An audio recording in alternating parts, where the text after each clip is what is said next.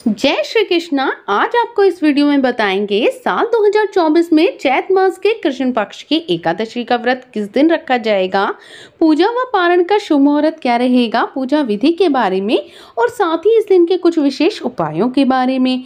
एकादशी तिथि भगवान विष्णु को समर्पित होती है। एकादशी व्रत करने से व्यक्ति को सभी तरह के पापों से मुक्ति मिल जाती है और मृत्यु के पश्चात मोक्ष की प्राप्ति होती है।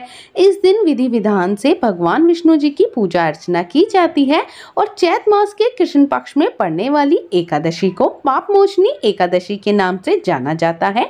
तो आइए जानते हैं साल 2024 में चैत मास की एकादशी का व्रत किस दिन रखा जाएगा, पूजा व पारण का शुभ मुहूर्त क्या रहेगा और साथ ही पूजा विधि के बारे में। चैत मास कृष्ण पक्ष एकादशी शुभ मुहूर्त 2024। एकादशी तिथि प्रारंभ होगी 4 अप्रैल 2024 के दिन गुरुवार को शाम 4:14 पर और एकादशी तिथि का समापन होगा 5 अप्रैल 2024 शुक्रवार को दोपहर 1:28 पर।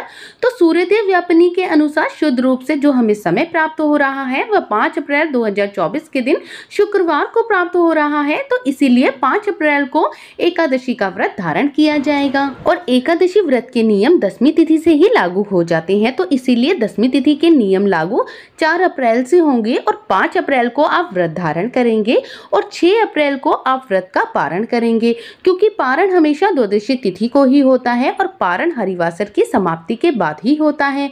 हरिवासर का जो समय होता है वह द्वादशी तिथि का पहला चौथाई हिस्सा हरिवासर का होता है। तो इस समय के पश्चात ही आप व्रत का पारण करें। 6 अप्रैल 2024 के दिन शनिवार को सुबह 10:30 के बाद उसी तिथि की समाप्ति है। तो व्रत का जो पारण किया जाएगा वह 6 अप्रैल शनिवार को सुबह 6:05 से सुबह 8:37 तक व्रत का पारण किया जाएगा। और पाप मोचनी एकादशी व्रत का पारण गाय के दूध से किया जाता है। यदि यह संभव ना हो तो आप तुलसी दल, जल या फल से भी व्रत का पारण कर सकते हैं। और एकादशी के दिन जो ब्रह्म मुहूर्त का जो समय है वह सुबह 4:35 से 5:21 तक होगा। सूर्योदय का समय होगा सुबह 5:45 से और सूर्य अस्त का समय रहेगा शाम को 6:16 तक। राहु काल का जो समय है वह 5 अप्रैल को वह समय सुबह 10:26 से दोपहर 12:01 तक होगा और 6 अप्रैल को राहु काल सुबह 8:52 से सुबह 10:26 तक होगा। और राहु काल के दौरान कोई भी शुभ कार्य या नया कार्य नहीं करना चाहिए, इस बात का ध्यान रखें। नक्षत्र जो कि घनिष्ठा नक्षत्र शाम को 6:07 तक होगा।